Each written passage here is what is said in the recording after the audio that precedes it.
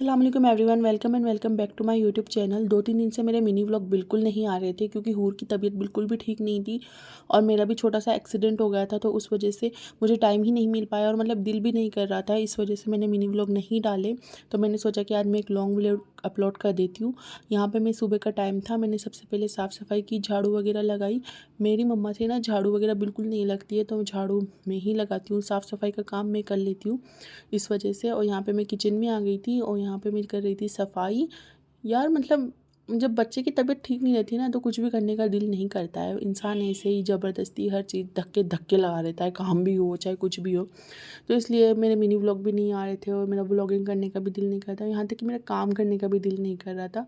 उसके बाद मैंने कपड़े वगैरह धो के मैं आ गई थी यहाँ पे, दिखा रही थी आप लोगों को अपना पिंपल। और यार मुझे डार्क सर्कल भी बहुत हो गए हैं। डार्क सर्कल का तो समझ में आता है कि भाई मतलब बच्चे के साथ रहते हैं आप, बच्चा कभी सोता नहीं है, कभी उसका रूटीन नहीं बनता है, पूरी रात जगाता है, तो उस वजह से डार्क सर्कल तो हो ही जाते हैं। मेरे ऑलरेडी थे डार्क सर्कल, हूर के आने से नहीं हुए हैं। यहाँ पे मैं आप लोगों को दिखाई थी ये फैब्रिक मैं मार्केट गई थी तब लेकर के आई थी, क्योंकि मुझे इसका बनाना था नमाज का हिजाब। मेरा जो पहले वाला नमाज का हिजाब था ना, वो बिल्कुल ख़राब हो गया था। और जो ऑनलाइन वगैरह में मिल रहे थे ना, बहुत ही ऐसे बेकार से कपड़े में मिल रहे थे, मतलब उसका कोई मतलब नहीं था। गर्मियों में तो आप बिल्कुल भी उसे यूज़ नहीं कर सकते हो, आपको गर्मी लगेगी। इस वजह से मैंने कॉटन का फैब्रिक लेके आई थी और इसको मैं कट करने की सोच रही थी, लेकिन मैंने इसे कट नहीं किया। उससे पहले मैं बनाने लग गई थी हूर के लिए उपमा। और मतलब हूर कुछ भी नहीं खा रही है, उसकी तबीयत ख़राब हो जाती है ना, तो वो कुछ भी नहीं खाती, वो बस अपना मुँह खोलती ही नहीं है। मैं उस पर ज़बरदस्ती भी नहीं करती हूँ, कभी कभी कर लेती हूँ, मतलब ज़्यादा होता है वो कुछ भी नहीं खाती है तब 1-2 बाइट दे देती हूँ, लेकिन ज़्यादा ऐसे मैं उसके साथ ज़बरदस्ती नहीं करती हूँ। वो जितना खाती है मैं उतना ही उसे खाने देती हूँ। यहाँ पे देखें, आज मैंने उपमा में हल्दी भी डाली थी, क्योंकि मैं हल्दी नहीं डालती हूँ हूर के उपमा में, क्योंकि हल्दी में बहुत ज़्यादा ऐसे मिलावट की वीडियोज़ मेरे सामने आ रही हैं, तो इस वजह से मैं नहीं डालती हूँ। लेकिन आज मैंने डाल दी थी, क्या पता हमारी वाली हल्दी में मिलावट ना हो और उसके कुछ बेनिफिट हूर को मिल जाए। तो बस ऐसे ही मदर इंस्टिंक्ट होता है जो कर लेते हैं। और यहाँ पे ये मैं हॉर्स भी हूर के लिए लेके आई थी। लुक एट दिस, ये हॉर्स को बहुत अच्छा लगा था, मतलब हूर को, हॉर्स बोल रही हूँ, ये हॉर्स हूर को बहुत अच्छा लगा था। और मतलब ऐसे ना ये रॉकिंग वाला हॉर्स भी हो जाता है और ऐसे व्हील्स लगाने के बाद ऐसे चल भी लेता है। हूर तो इस पर बैठ के बहुत खुश होती है, मतलब पूरे घर में फिरती है वो इसको बैठ के, हैंडल्स को भी अच्छे से पकड़ लेती है, एकदम फर्मली बैठ जाती है, वो बिल्कुल भी हिलती डुलती नहीं है। ये उसको बहुत पसंद आया, बेस्ट परचेज़ है ये मेरी अभी तक उसके लिए। और यहाँ पे उपमा बन गया था। 2 स्पून जो आप लोगों को दिख रहे हैं ना, ये एक मेरे नेफ्यू का है। मेरा नेफ्यू भी छोटा सा है, तो वो मेरा नेफ्यू और हूर दोनों ने उपमा खाया था। और यहाँ पे देखिए, फिर उसके बाद उपमा खिला के मैंने भी खाना वगैरह खा लिया था। फिर मैंने थोड़ा बहुत कूलर ऑन किया था। यार मतलब ऐसा हो रहा है ना कि जैसे कूलर ऑन कर रहे हैं तो सर्दी लग रही है और कूलर ऑफ़ कर रहे हैं तो गर्मी लग रही है, मतलब यही चल रहा है।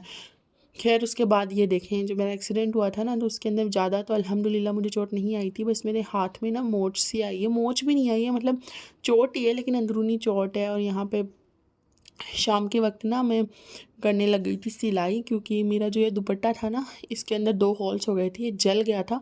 मेरी एक आदत है, मैं ना हर बर्तन जो गैस पे लगा रहता है ना, अगर मेरे पास कुछ पकड़ने का ना हो तो मैं फटाफट से दुपट्टे से पकड़ लेती हूँ। तो उस वजह से जल गया था, तो मम्मा ने मुझे मना किया जला हुआ नहीं ओढ़ते, पहले इसको साफ़ करना फिर उसके बाद ओढ़ना।